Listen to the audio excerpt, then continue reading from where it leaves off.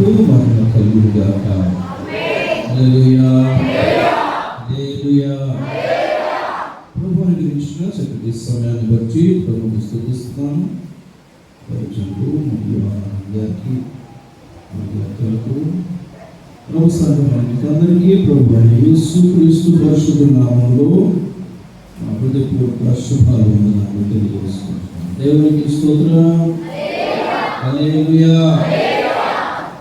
Bible చెప్తుంది పట్టణము పాడుదుగా మారుతుంది కానీ అడవి ఉల్లసిస్తుంది. హల్లెలూయా. పట్టణాల్లో ఉన్న సంఘాల కంటే క్రైస్తవుల కంటే మీరు చాలా చక్కగా ఉన్నారు. దేవుడు దీవించిన హల్లెలూయా, హల్లెలూయా. మంచి మందిరం దేవుడికి వచ్చాడు. నిజంగా మందిరాలు బాగుంటాయి కానీ దేవుడు ఉండాలి. ఉండాలి. ఇల్లు అంతే, ఎంత మంచి కట్టుకుంటే ఏం లాభం? ఎవరు ఉండాలి? దేవుడు ఉండాలి. సమాధానం మందిరాలంటే ఇల్లు అంటే అలాగే మనం కూడా అంతే, ఎంత చక్కగా ముస్తాబైనా లాభం దేవుడు లేకపోతే వేస్ట్. అలాగే దేవుని కలిగి ఉందో దాకా మంచిది. వాక్యం చదువుదాం. 1 కొరింథీ పత్రిక 2వ అధ్యాయము 9-10 వచనం చదువుదాం. 1 కొరింథీ రాసిన పత్రిక 2వ అధ్యాయము 9-10 వచనం అక్కడ చదవండి.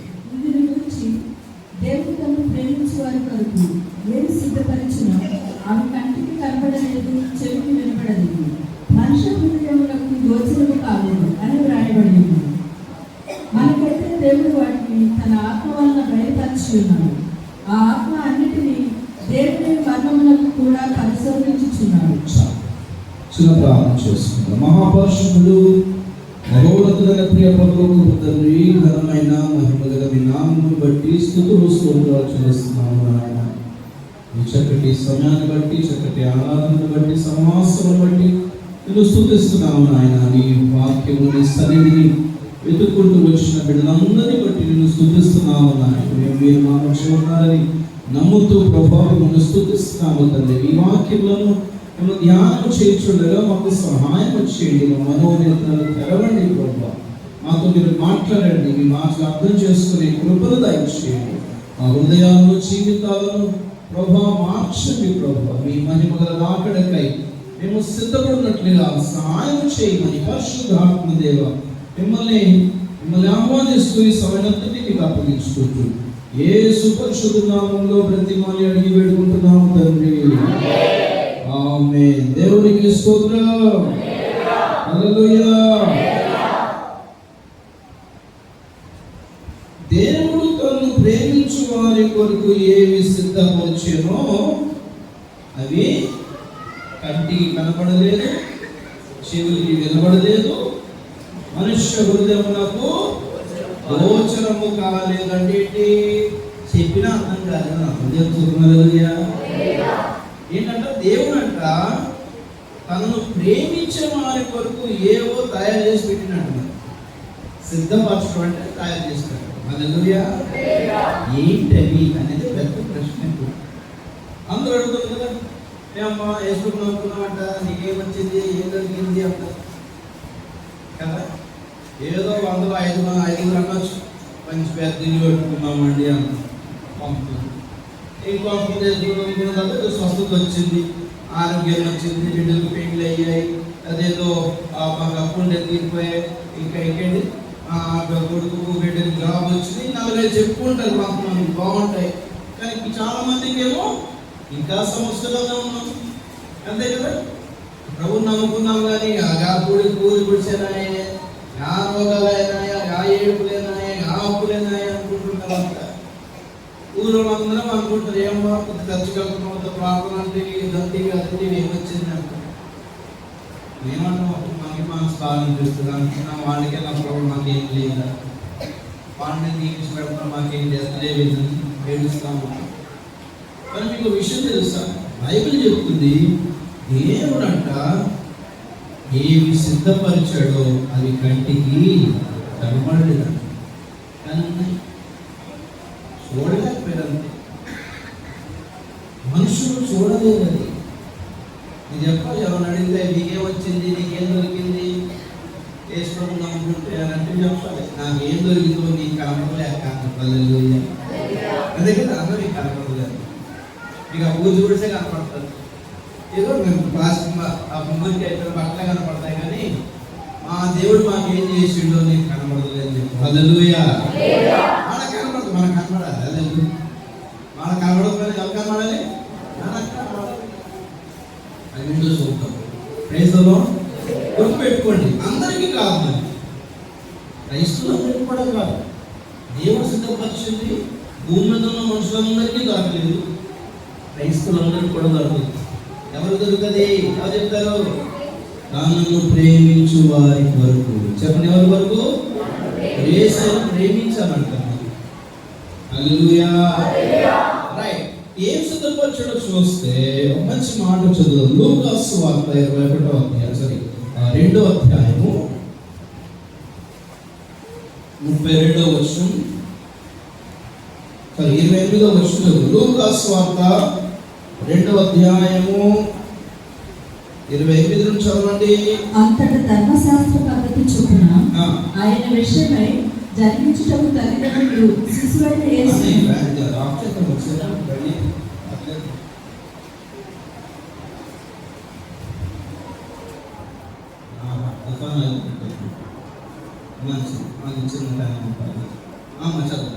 ఆయన విషయమై జరిగించుటకు తల్లిదండ్రులు శిశువైన యేసును దేవాలయంలోకి తీసుకుని వచ్చినప్పుడు అతడు తన చేతులలో ఆయనను ఎత్తుకొని దేవుని స్తుతించుచు ఇట్లనెను, నాథా, ఇప్పుడు నీ మాట వాక్య చదువుతున్నప్పుడు మీరు వినాలి. మరి మీరు వినకుండా పూర్వం వైపు చూస్తుంది, ఇప్పుడు అవుతుందా చూడ ఆగింది. ఇప్పుడు నాకు అది ఆగింది. నాథా, ఇప్పుడు నీ మాట చొప్పున సమాధానంతో నీ దాసుని పోలించుచున్నావు.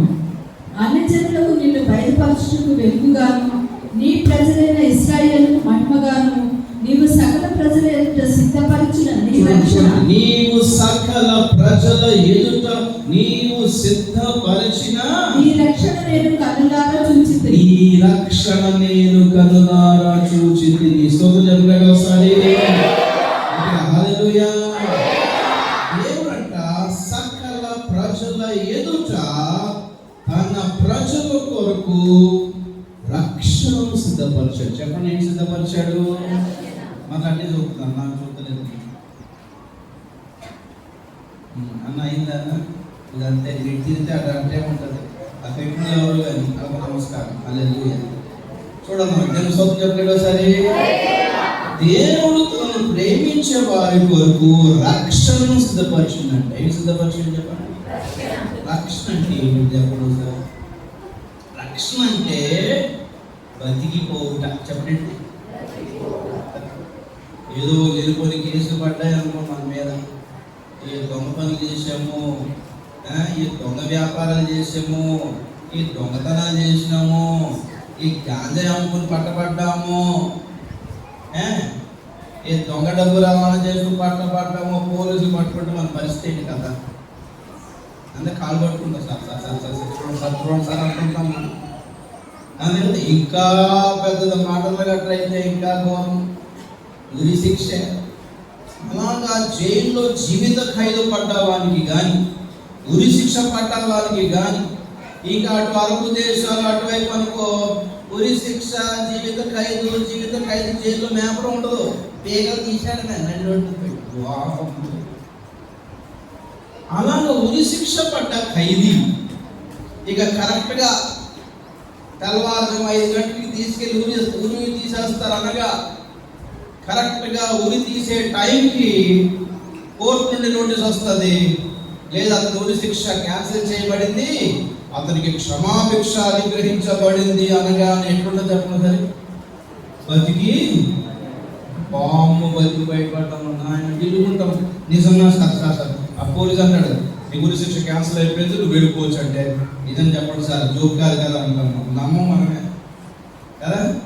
లేదు సార్, మీరు ఏదో డ్రామా ఆడుకుంటున్నాను నన్ను ఏంటి, లేదా ఏదో నోటీస్ వచ్చింది, లేదు సార్ అటల్గా ఫుడ్ చేస్తారు కదా, ఎన్కౌంటర్ చేసి పెడతారు కదా, లేదా కొన్నిసార్లు మనం బతికిపోయామంటే నమ్మలేము. అలాగా ఉరి శిక్ష పడ్డ ఖైదీ క్షమాభిక్ష పొందొచ్చేమో కానీ చేసిన పాపలు ఎక్కడిపోతాయి? చచ్చిపోయినా కనపడతాయి. ఎప్పుడు కనపడతాయి? రోగం బాగా అయిపోతుందేమో కానీ, కోర్టు నుంచి, జైలు నుంచి, శిక్ష నుంచి బయటపడొచ్చేమో కానీ పాపం చేసినప్పుడు ఎట్టు బయటపడాలి? చచ్చిన తర్వాత తెలుస్తుంది మ్యాటర్ అంతా. మహా నరకం ఉంటుంది అక్కడ. చచ్చిపోయినంత ఏముంటుంది? కొందరు అంటారు, మీరు చూసారా నరకం ఉన్నటువంటి? మేము చూస్తే ఇంకా రాము. చూడడానికి చూసేదానికి ఏదైనా హోటల్ కాదు, బాగుందో లేదో చూసుకోవడానికి. ఎందుకంటే నరకం ఎప్పుడు ఉంటుందంటే చచ్చిపోయినాక ఉంటుంది. ఎప్పుడు ఉంటుంది? చచ్చిపోయినప్పుడు చూసే వెనక్కి వస్తాడు. మరి చూసే తప్ప వచ్చి ఉంటుంది. అది దేవుడు ఏమంటున్నాడంటే చూడకుండానే మారవసుకుంటాడు. హల్లెలూయా. అలాగే బైబిల్ ఏం చెప్తుందంటే, పాపం చేసినాడు, నేరం చేసిన వాడి శిక్షను కొట్టివేయబడతాదేమో కానీ లంచాలు అట్లా ఇచ్చి, పాపం చేసిన వాడు లంచాలు ఇచ్చి బతికి బయటపడి ఉండదు. చదవండి యోబు గ్రంథం 19:24-19 చాలా కాలం నరకం అని చెప్పి మనకి అందరికి పరలోకమే కావాలి. 19:24 యోబు గ్రంథము కాకపోతే 24-19 ఉంటుంది. అది చూడవచ్చు. 24-19 క్షమించాలి. 24-19 అనావృష్టి చేతను ఉష్ణము చేతను మంచు నీళ్లు ఎగసిపోవునట్లు పాతాళం అంట పాపము చేసిన వారిని పట్టుకుంటుందంట. చూస్తున్నారా? స్తోత్రం చెప్పినట్టు ఒకసారి మీరు నాన్న చూడాలి, నేను మేము చూడాలంటే కళ్ళు పెట్టాలి, కనబడ్డాను. హల్లెలూయా. పాపం ఎవరు పట్టుకుంటుంది? పాపం చేసేవాళ్ళు పట్టుకుంటారు. రోడ్డు మీద ఎట్లా వెళ్తుంటే ఆర్టీఓ వాళ్ళు ఎవరు పట్టుకుంటారు? హెల్మెట్ ఉన్న వాళ్ళు పట్టుకుంటారా? లేదు, హెల్మెట్ లేనివాడినే పట్టుకుంటారు. కాగితాలు లేనివాడినే పట్టుకుంటారు. లైసెన్స్ లేనివాడిని, బండి కాగితాలు లేనివాడిని, హెల్మెట్ లేనివాడిని ఆపుతారు. ఉన్నవాడిని ఆపుతారా? అలాగా అన్ని కాగితాలు మంచిగా ఉంటే చచ్చిపోయినాక ఎవరు ఆపరు. దేవుడు సౌకర్యం కలిగిన హల్లెలూయా. డైరెక్ట్ పరలోకం ఎంట్రీ అన్నమాట. అదే కొన్ని కాగితాలు అక్కడ లేవనుకోండి, ఇక నరకం ఆపుతుంది. ఆతాడం పట్టుకుంటుందంట, పాపము చేసేవారిని పట్టుకుంటుంది. ఎట్లా పట్టుకుంటుందంట? అనావృష్టి చేతను ఉష్ణము చేతను మంచు నీళ్లు ఎగసిపోవున్నట్లు ఆతాళము పాపం చేయని వారిని పట్టుకును. ఏం భాష అనిపిస్తుంది? ఏం భాష రాసిందంట? అనావృష్టి అంటే ఇదిగో వర్షం లేకపోవడం. ఏం లేకపోవడం? ఉష్ణము అంటే వేడి. కరెక్ట్గా ఈ వేసవి కాలం లాగనమాట. వేడి. బావిలో నీళ్ళు కిందకిపోతున్నాయి కదా, నదిలో నీళ్లు, చెరువులో నీళ్ళు మొత్తం ఇంకిపోయి ఎండిపోతున్నాయి కదా, అట్లా వేడి నీళ్ళను ఎలాగైతే ఆరిపోజేస్తుందో, ఎండిపోజేస్తుందో, పాతాళం అంట పాపం చేసిన వారందరినీ ఎండబెడతారు. ఎండకి ఆవిరైపోయినట్టు వీళ్ళందరి పాతలు లాగేసుకుంటారంట పాపము చేసేవారిని. అలాగా కోర్టులో లాయర్కి, జడ్జిలకి డబ్బులు ఇచ్చి మాఫీ చేయించుకోవచ్చేమో కానీ, నేరం నుంచి బయటపడవచ్చేమో కానీ పాపము నుండి బయటపడు లేదే లేదు. అసలు ఆప్షన్ లేదే లేదు. అందుకే పాత్రలు నిలబడి ఉంటారు. నువ్వు ధనవంతుడు అయితే ఏంటి, నువ్వు పేదడు అయితే ఏంటి, పాత్రల పరుడు గ్యారెంటీ అంట. చదువుతారా? యెషయా గ్రంథం 5వ అధ్యాయం 14వ వచనం. యెషయా 5:14. బైబిల్ చదవగలిగిన వాడు తీయండి, తొందరగా తీయగలిగిన వాడు తీయండి. అందుచేతనే పాతాళము గొప్ప ఆశ పెట్టుకొని అపరిమితముగా తన నోరు తెరచుచున్నది. పెద్దగా నోరు తెరుస్తుందంట మింగడానికి. అపరిమితముగా నోరు తెరుచుచున్నది. వారిలో కనులను, సామాన్యులను, ఘోష చేయవారును, హర్షించు వారును పడిపోవుదురు. ఎవరు పడిపోతున్నారంట? పాతాళంలో ఘనులు పడిపోతున్నారు. పడిపోతున్నారు, ఘోష చేయవారు పడిపోతున్నారు, ఇంకేంటి హర్షించేవాళ్ళు. అంటే ఏంటి? ఒకటి గనులు కూడా నాకు చూడండి, గనులు కూడా చచ్చి పాతాలను పోతున్నారంట. మరి గనులు అంటే ఎవరు? రాజకీయ నాయకులు, సినిమా యాక్టర్లు, మాఫియా డాన్లు, ధనవంతులు, బాడీ బిల్డర్లు,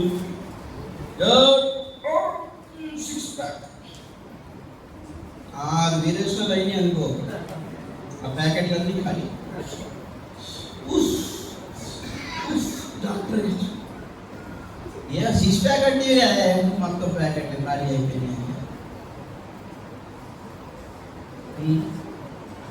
మనిషి ఎంత ధనవంతుడైతే ఎంత బలవంతుడైతే ఒక రోగంతోనే పోరాడలేకపోతున్నాడు.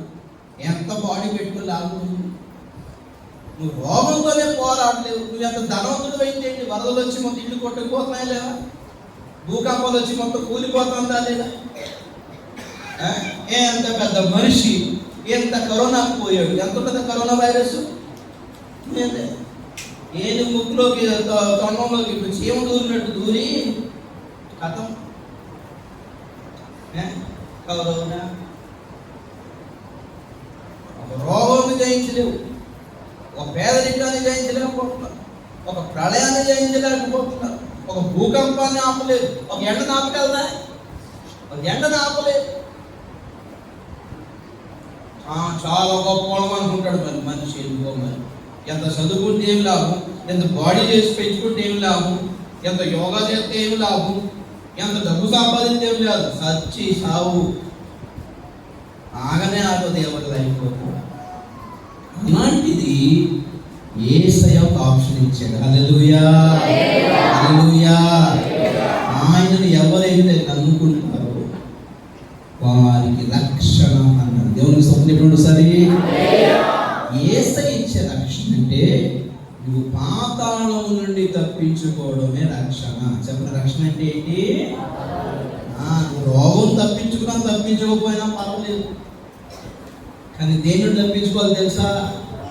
ఎందుకు రోగం నుండి తప్పించుకోకపోయినా పర్వాలేదు ఎందుకంటానంటే, నువ్వు రోగం వచ్చినా సావాలి, రోగం రాకపోయినా ఒక రోజు సావాల్సిందే కదా. సావుని ఎవరు ఆపలేదు. నువ్వు బాగా చదువుకున్నా సావాలి, నువ్వు చదువుకోకపోయినా సావాలి.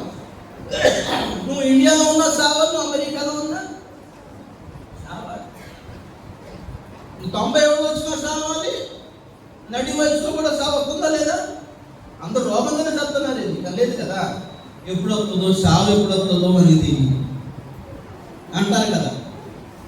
బాగా రాకడా కరెంట్ పోకడా ఎప్పుడో మంది దిగింది అంటారు. అలాగే సావు రాకడా మనకి చావు ఎప్పుడు వస్తుందో తెలియదు. అట్లా ఈ భూమి మీద మనుషులందరూ చచ్చిపోవాలి.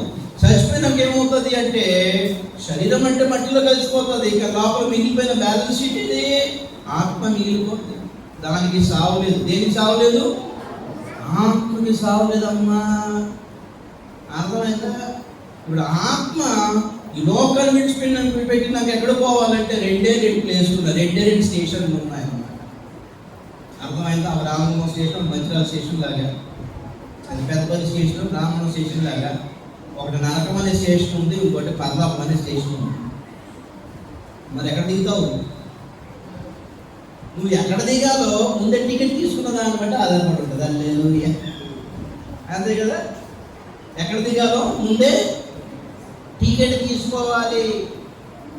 అలాగా పరలోకానికి టికెట్టే రక్షణ టికెట్. స్తోత్రం చెప్పండి ఒకసారి. హల్లెలూయా. రక్షణ అనే టికెట్ సంపాదిస్తే ఇన్ని గేటు దగ్గర ఎవ్వరు రావాలి. వెళ్ళండి సార్, లోపలికి పోండి సార్ పరలోకానికి అంటారు. అలాగా దేవుడు తనను ప్రేమించు వారి కొరకు ముందేం సిద్ధపరిచిందంటే రక్షణ సిద్ధపరిచిందంట. రక్షణ అంటే ఏమన్నాను?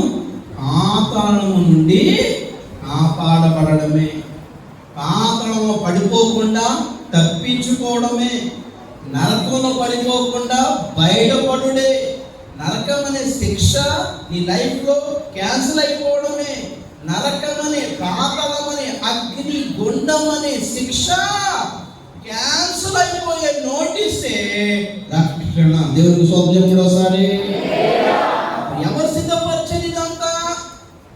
రాజకీయ నాయకులు సిద్ధపరచలేదు, పార్టీ నాయకులు సిద్ధపరచలేదు, బాబాలు సిద్ధపరచలేదు, మాంత్రికులు, ఈ చెట్ల మందులు ఇచ్చిన వాళ్ళు వీళ్ళు సిద్ధపరచలేదు. ఇది యేసయ్య సిద్ధపరిచిన లక్షణం. స్తోత్రం చెప్పండి ఒకసారి.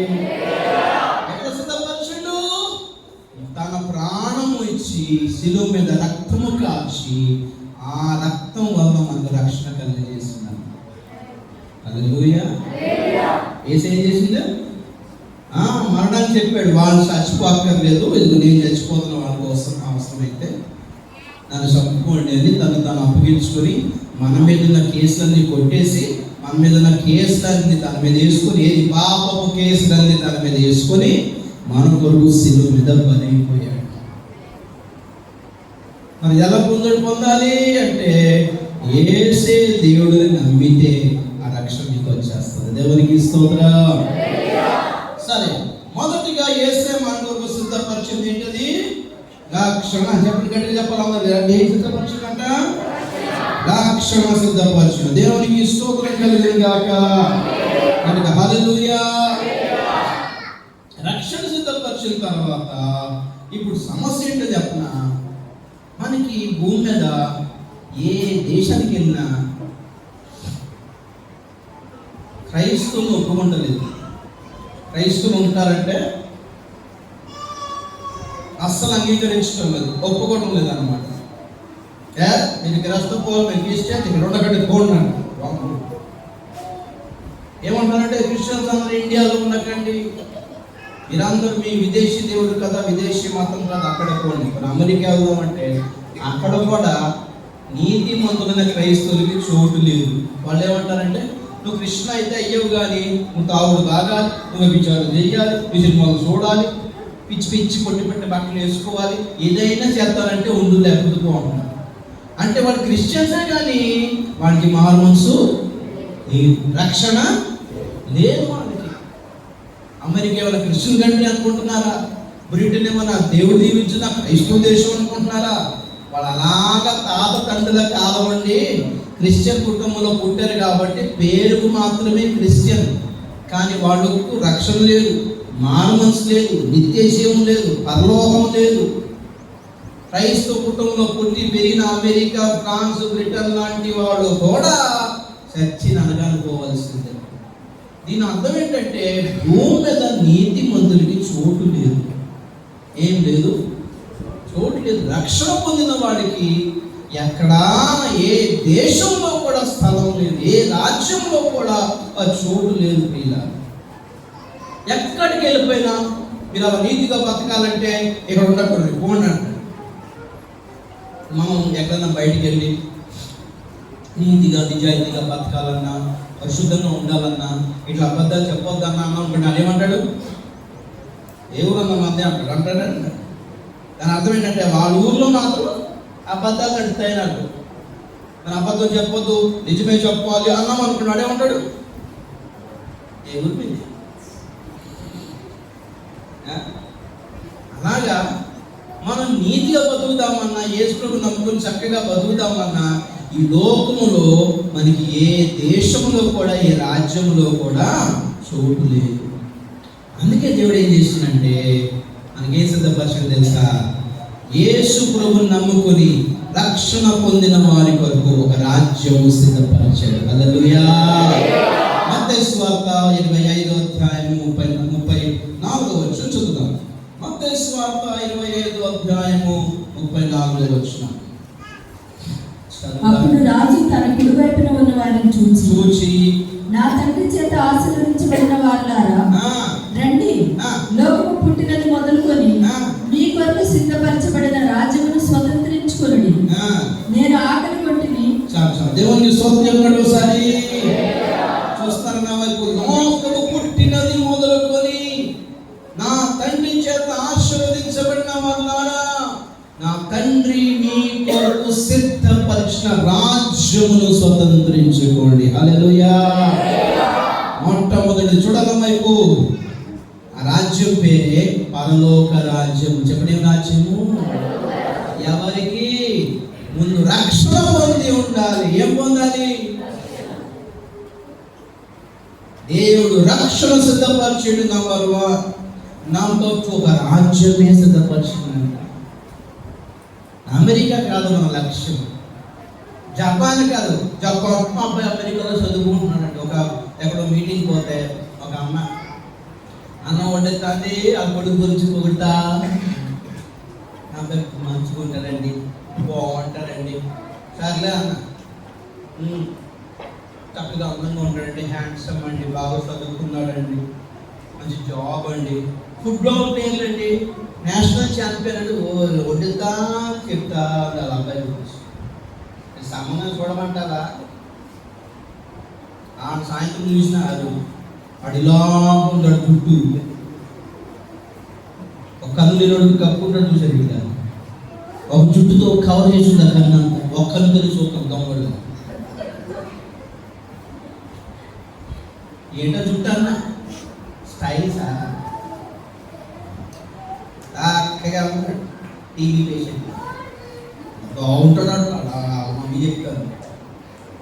నేను అన్న సరే ఒక పొగిడినవులే కానీ చదువుకుంటున్నాడు, జాబ్ ఉంది, ఛాంపియన్, స్పోర్ట్స్లో కూడా నంబర్ 1, అది యేసు నమ్ముకున్నాడా, రక్షణ పొందాడా అని అడిగినా.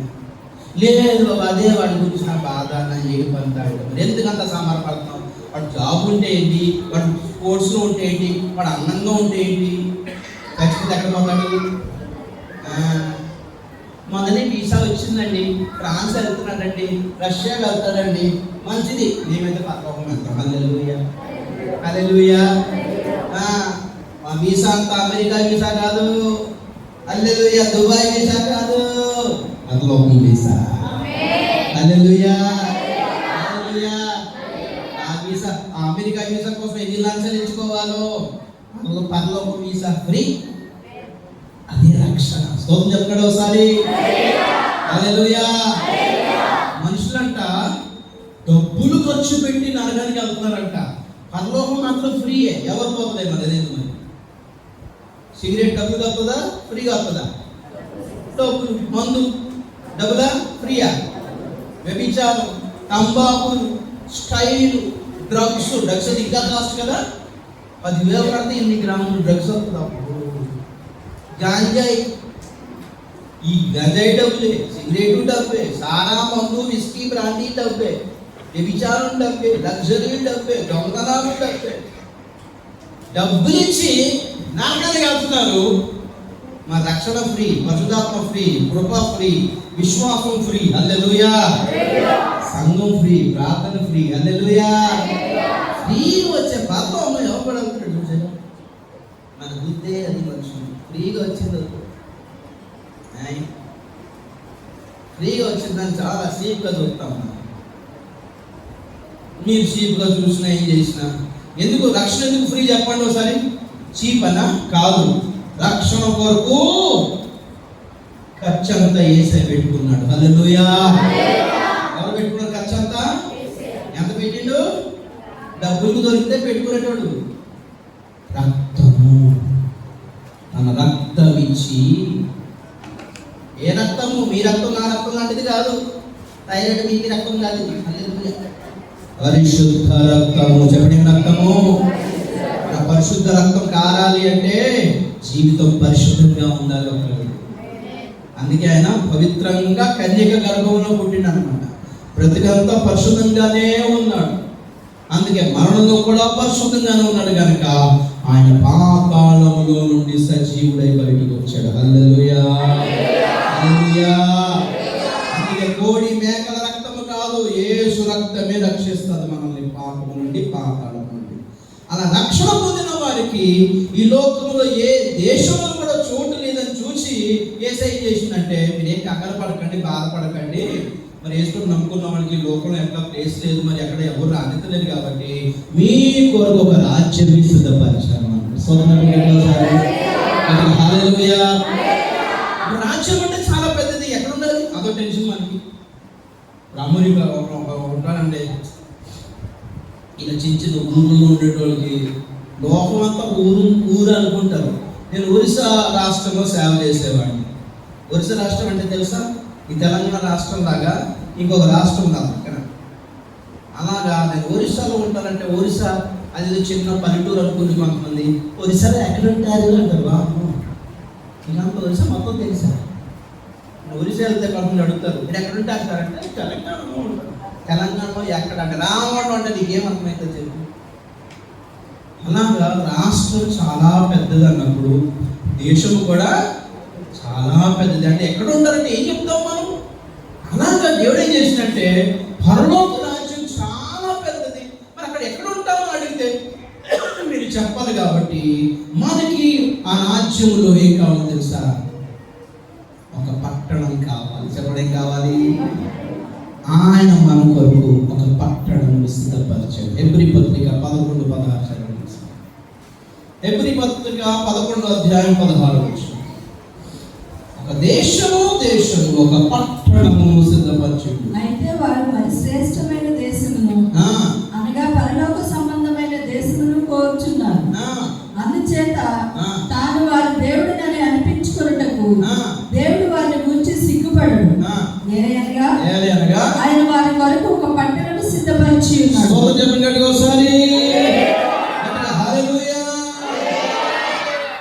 చూసారా మీరంటే ఎంత ప్రేమ వేసేకి. మీరు చచ్చిపోయి నరకానికి పోకూడదని, సాతాను చేతిలో పడకూడదని, దెయ్యాల చేతిలో పడిపోకూడదని, నరకముల అగ్నిగుండంలో కాలిపోకూడదని మీ కొరకు రక్షణ సిద్ధపరచిన నంబర్ 1. నంబర్ 2, మీ కొరకు ఒక రాజ్యమును సిద్ధపరచాడు. ఆ రాజ్యములో ఒక పట్టణమును సిద్ధపరచాడు. చెప్పండి, ఏం సిద్ధపరిచాడు? నా వైపు చూస్తారా? సోదరు చెప్పండి ఒకసారి. పట్టణం ఎట్లుంటుందో తెలుసా?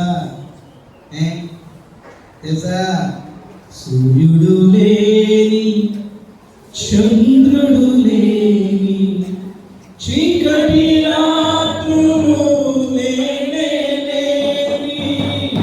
సూర్యుడు లేని, చంద్రుడు లేని, చీకటి రాత్రులు లేని,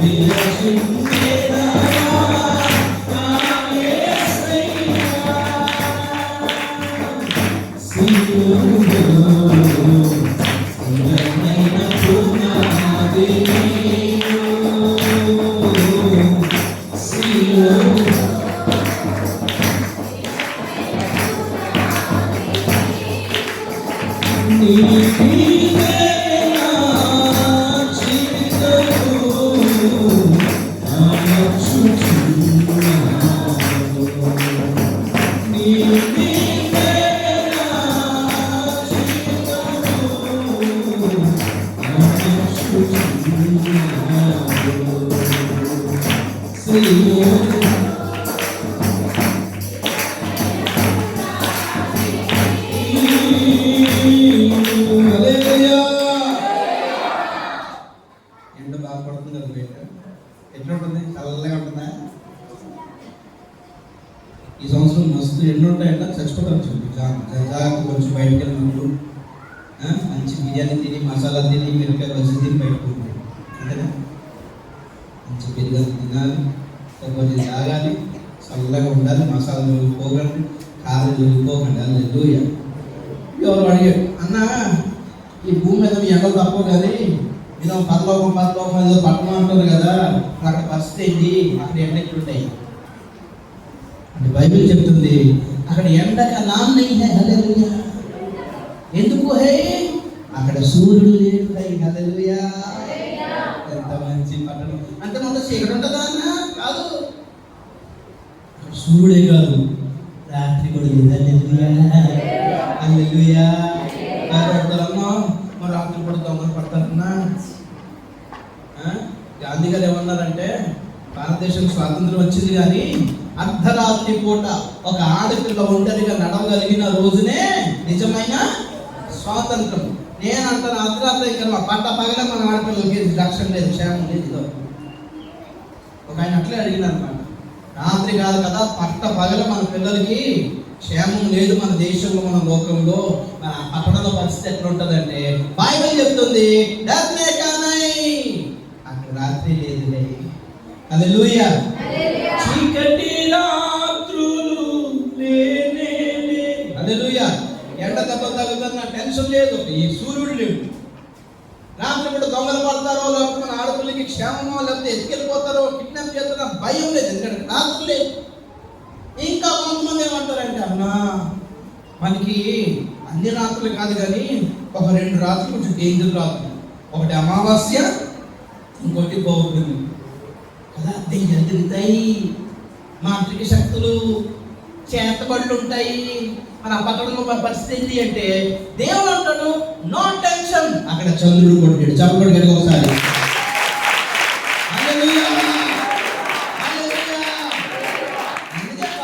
సూర్యుడు లేని, చంద్రుడు లేని, చీకటి రాత్రులు లేనే లేని.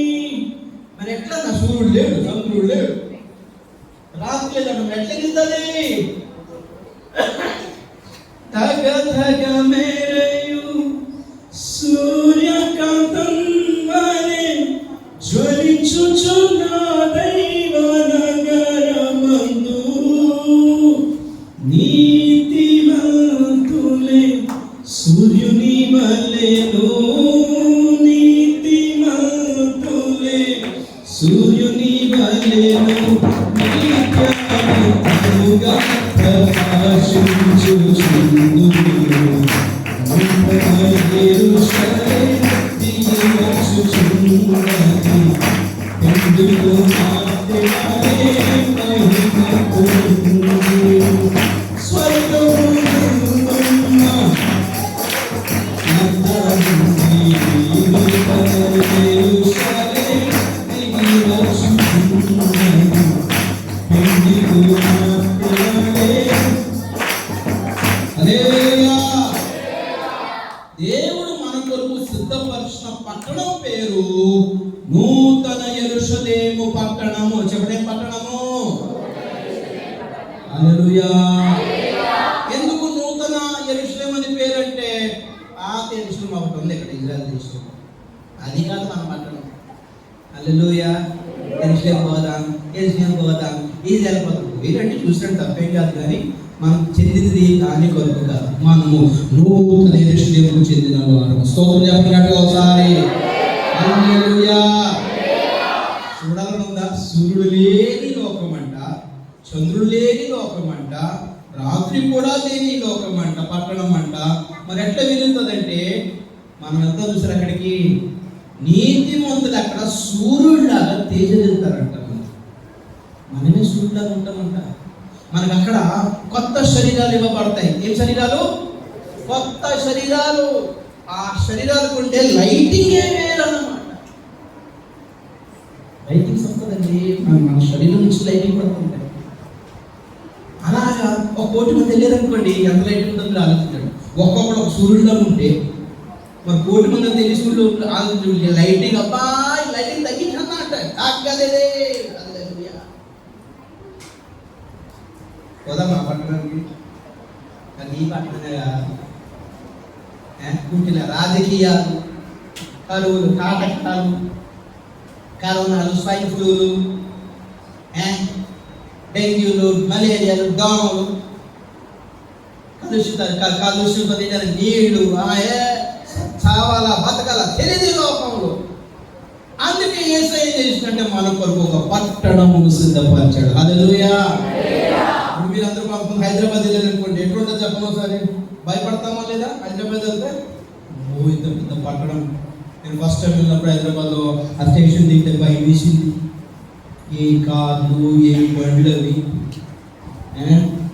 అయ్యో దేవా, మనల్ని ఏమో పట్టించుకుంటాడా అక్కడ? ఎప్పుడు మా బాగున్నావా అని అడిగినోళ్ళు పెద్ద పట్టణాలు మనకి ఉండదు.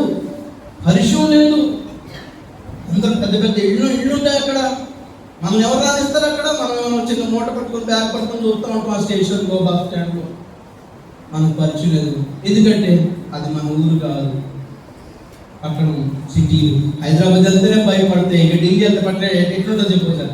ఫుల్ దొంగలు అక్కడ, మిమ్మల్ని నిలబెట్టి అమ్మేస్తారు. అక్కడ మీ బ్యాగ్లో ₹1,00,000 ఉందని వాళ్ళ ముందు బస్సు కట్టి మీ ఎదురుగా ఫోన్ చేస్తారు.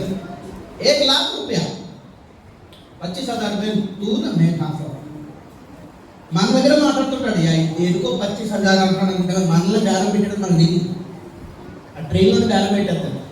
ఇది ₹1,00,000 ఉంది, నాకు 25,000 ఇస్తే నీకు కోసం వదిలేస్తా అంటాడు. ఆడంటాడు 25,000 అయ్యినా 15,000 వాడు వదిలేసి వాడు బ్యాగ్ తీసుకుంటాడు. వాళ్ళు మనల్ని బేరం పెట్టేస్తాడు, అమ్మేస్తాడు అక్కడ ట్రైన్లోనే. వాళ్ళ భోగి నంబర్ ఇది, వాళ్ళ సీట్ నంబర్ ఇది, బ్యాగ్ అందులో ₹1,00,000 ఉంది, ఒక బంగారం $2,000 చెప్పి ఇన్ఫర్మేషన్ ఇచ్చేస్తాడు. ఇన్ఫర్మేషన్ ఇచ్చేది వాడు 15,000. అక్కడ మనం ముందే మాట్లాడతారు ఫోన్లో. ఏదో ల్యాండ్ బేరం అనుకుంటాం, మనమే బేరం. అలాగే పెద్ద పెద్ద సిటీలకు వెళ్తే మనకి ఎంతో భయం, పట్టించుకునేవాడు ఉండదు, ఎవరు సహాయం అడుగుదామో ఉండదు. ఎందుకంటే అక్కడ మన ఊరు కాదు, మన ప్రాంతం కాదు, అక్కడ మన ఇల్లు కాదు. అలాగా మనకేం భయం అంటాడు, ఇంత పెద్ద రాజ్యం అంటే కదా, ఆ రాజ్యంలో పెద్ద పట్టణం దేవుడు సిద్ధపరిచింది అన్నావు, కానీ ఆ పట్టణంలో ఎక్కడ ఉండాలన్నా మనం ఎవడు పట్టించుకుంటాడు? అక్కడ మన ఊరు కాదే అది అని భయపడితే ప్రభు అంటున్నాడు, ఆ పట్టణంలో మన కొరకు ఒక స్థలం సిద్ధపరచాడు. చెప్పలు పట్టుకంటే ఒకసారి యోహాను సువార్త 14:3 నేను వెళ్ళి మీ కొరకు 2 చదువు. నా తండ్రి ఇంట అనేక నివాసములు కలవు, నేను ఎడల మీతో చెప్పుదును. మీకు స్థలము సిద్ధపరచ వెళ్ళుచున్నాను. నేను వెళ్ళి మీకు స్థలము సిద్ధపరిచిన ఎడల స్థలంలో మీరును ఉండులాగున మరలా వచ్చి నా యొద్ద నుండుటకు మిమ్మును తీసుకొని పోవుదును. చూడండి. యేసు ప్రభు 2000 సంవత్సరాల క్రితం భూమి మీదకి వచ్చి మన రక్షణ కొరకు శిలువ మీద ప్రాణం పెట్టి ఆయన నమ్ముకున్న ఒక సంఘాన్ని స్థాపించి పరలోకానికి వెళ్తూ ఉన్నాడు. ఏంటంటే నేను మరలా వస్తానని చెప్పిపోయింది అనమాట. హల్లెలూయా. అదే తన వచ్చినా కదా మళ్ళీ పోయి మనం రావడం వచ్చుడు ఎందుకు అన్నాడు. అప్పుడు ఆయన అంటాడు, అదే మరి ఎంతమంది నమ్ముకున్నారో వాళ్ళందరూ లెక్క పెట్టి వాళ్ళందరూ ఉండడానికి మరి ప్లేస్ రెడీ చేసుకుంటావా కదా. అది నేను మీ కొరకు స్థలము సిద్ధపరచడానికి వెళుతున్నాను. అంత ప్లేస్ అంటే స్థలం అనుకున్నారా? దాంట్లో ఇల్లు కూడా దేవుని స్తోత్రం. హల్లెలూయా. స్థలం మీద ఏం కావాలి మనకి? స్థలం, ఇల్లు, ఇంట్లో రూమ్లు అన్ని కట్టి వస్తాను అన్నాడు ఆయన. మీకు విషయం తెలుసా? ఆయన వచ్చే టైం కూడా అయిపోయింది. దేవునికి స్తోత్రం. హల్లెలూయా. స్థలం మీద నెట్టుతారా? ఇల్లు నేర్చుకున్నాం అంటారా? లోన్ కట్టినామన్నా నేడుతున్నారా? అప్పులు అయిపోయినాయన్నా నేడుతున్నారా? ఇల్లు చిన్న ఇల్లు కట్టుకున్నాం కానీ అది కూడా రేకులు పగిలిపోయినాయి అన్నా, నీ నీళ్ళు కత్తమైన వర్షం అని వేడుస్తున్నారా? బాధపడకండి. మనకు ఒక స్థలం సిద్ధపరిచాడు, మనకు ఒక నివాసం సిద్ధపరిచాడు అక్కడ. హల్లెలూయా. చివరిగా ప్రకటన గ్రంథం 22:12. ప్రకటన గ్రంథం 22:12 ఇంకేం సిద్ధపరచడం చూడండి ఒకసారి. ఇదిగో త్వరగా వచ్చుచున్నాను. వాని క్రియల చొప్పున ప్రతి వానికి ఇచ్చుటకు నేను సిద్ధపరిచిన జీతము నా యొద్ద ఉన్నది. స్తోత్రం చెప్పండి ఒకసారి.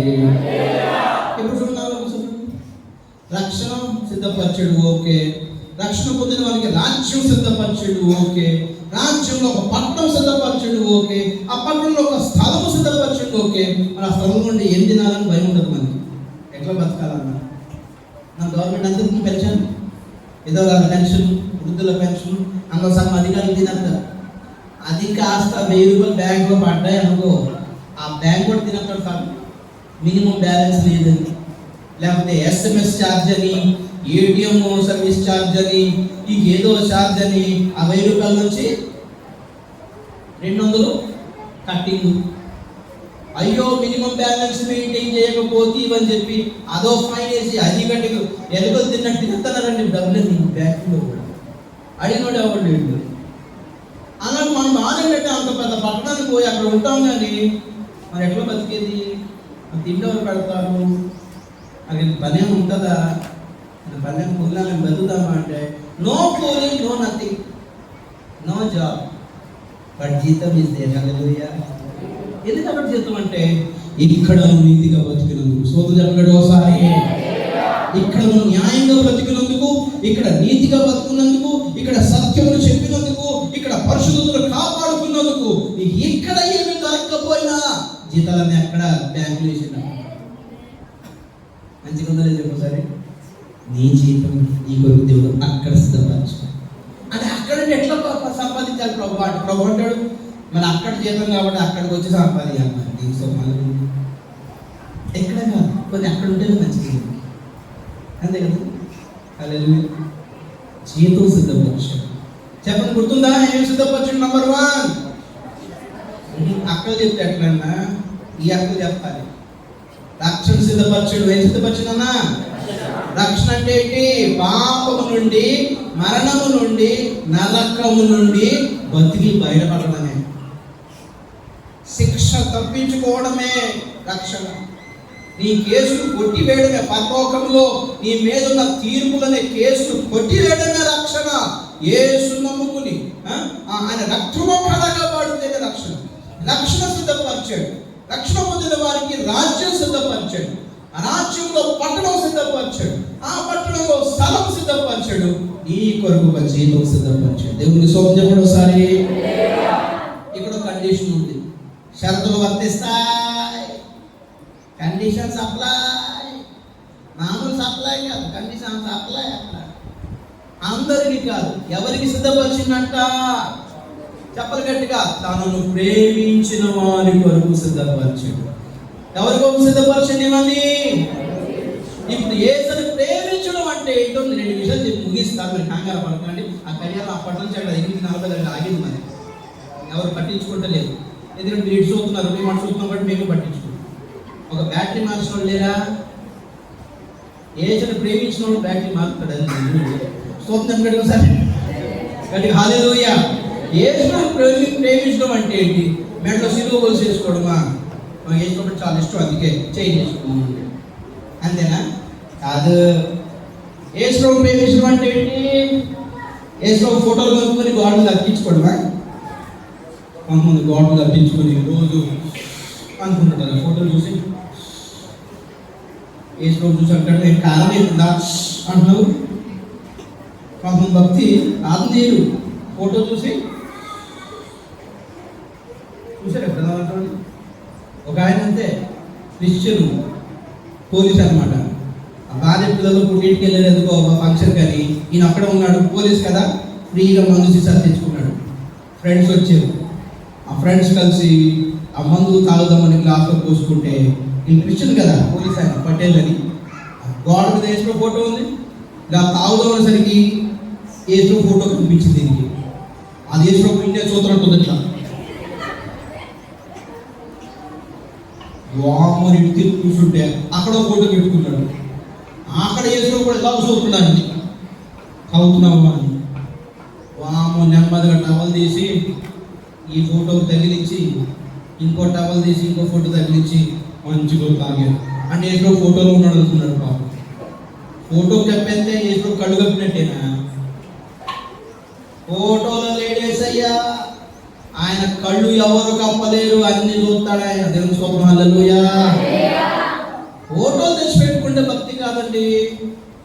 ఏంటి ఆయనను ప్రేమించడం అంటే? 1 యోహాను 5:3 చదువుదాం. 1 యోహాను 5:3.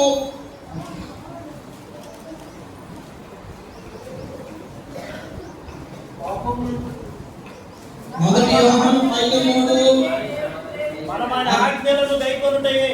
మనము ఆయన ఆజ్ఞలను గైకొనుటయే దేవుని ప్రేమించుట. స్తోత్రం చెప్పండి గట్టిగా ఒకసారి. దేవుని ప్రేమించడం అంటే బైబిల్ కొనుక్కోవడం కాదు. దేవుని ప్రేమించడం అంటే చర్చికి సున్నాలు పట్టడం కాదు. దేవుని ప్రేమించడం అంటే మెడలో సిరి వేసుకోవడం కాదు. దేవుని ప్రేమించడం అంటే ఏసులో ఫోటోలు కొనుక్కోవడం కాదండి. దేవుని యేసయ్యని ప్రేమించడం అంటే ఆయన ఆజ్ఞలను గైకొనుట. చెప్పండి, గైకొనుట అంటే ఆయన చెప్పిన మాట వినడం. నేను నీకు ఇష్టమైతే నేను చెప్పిన మాట వింటావు అని అంటాడు అన్నమాట. దేవుని సొంతం ఒకసారి మన ఆజ్ఞలు ఏంటి? అదే 1 యోహాను 3:23 చదువుతున్నాను. 1 యోహాను 3:23 ఆయన ఆజ్ఞ ఏదనగా ఆయన ఆజ్ఞ ఏదనగా ఆయన కుమారుడైన యేసుక్రీస్తు నామమును నమ్ముకొని చాలు, ఆయన కుమారుడైన యేసుక్రీస్తు నామమును నమ్ముకోవాలి. నావి చూస్తున్నారా? సోదరు చెప్పండి అక్కలందరూ. దేవుడు తనను ప్రేమించే వారి కొరకు ఇంకా చాలా సిద్ధపరచాడు. నేను మామూలుగా ఇదే చెప్పినా కానీ ఇంకా చాలా ఉన్నాయి. ఎవరి కొరకు సిద్ధపరచుందంటే తనను ప్రేమించే వారి కొరకు సిద్ధపరిచింది అనమాట. మరి ఆయన ప్రేమించడం అంటే ఏంటి అని మనం అడిగినప్పుడు మనకి ఏమర్థమైందంటే ఆయన ప్రేమించడం అంటే ఏదో గోడలకి సున్నాలు కొట్టడం, సిమెంట్ కొట్టడం కాదు, మెడలో గొలుసు వేసుకోవడం కాదు, లేకపోతే ఫోటోలు వేసుకొని ఫోటోలు కొనడం కాదు. ఆయన ప్రేమించడం అంటే ఆయన చెప్పిన మాట వినడం, ఆయన ఆజ్ఞలు గైకొనడం. ఆయన ఆజ్ఞలు ఏంటి అంటే మొదటిదిగా అంటున్నాడు యేసుక్రీస్తు నమ్ముకోవాలి. యేసు నమ్ముకుంటే నువ్వు ఆయన ప్రేమిస్తాడు. దేవునికి స్తోత్రం చెప్పండి ఒకసారి. హల్లెలూయా. 2 అపోస్తల కార్యము 17:30 అపోస్తల కార్యము 17:30 ఆయన ఆజ్ఞలు ఏంటో చెప్పేసి ముగిస్తాను. ఆ అజ్ఞాన కాలమును దేవుడు చూచి చూడనట్టుగా ఉండెను. 17:30 దేవుడు చూచి చూడనట్టుగా ఉండెను. ఇప్పుడైతే అంతటను అందరూ మారుమనసు పొందవలెనని మనుషులకు ఆజ్ఞాపించను. రెండోది మారుమనసు పొందమని ఆజ్ఞాపిస్తున్నాడు. మొదటిది యేసుక్రీస్తు నామమును నమ్ముకోమని ఆజ్ఞాపిస్తున్నాడు. రెండోది మారుమనసు పొందమని ఆజ్ఞాపిస్తున్నాడు. మూడోది అపోస్తల కార్యములు 10:38 10:48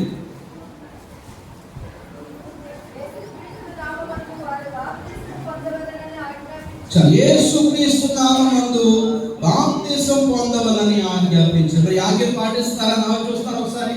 మీరు యేసుక్రీస్తు నమ్ముకున్న వాళ్ళైతే ఆయన ప్రేమించినట్టు లెక్క.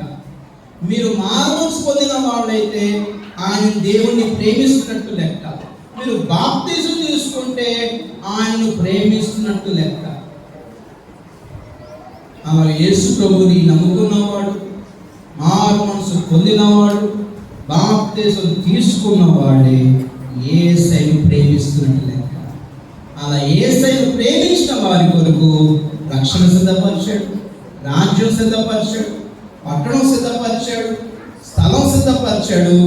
అండ్ ఏ కొదువు లేకుండా 24 hours సప్లై దొరికేలాగా జీవితం సిద్ధపరిచాడు. కళ్ళు మూసుకుని ప్రార్థన. హల్లెలూయా.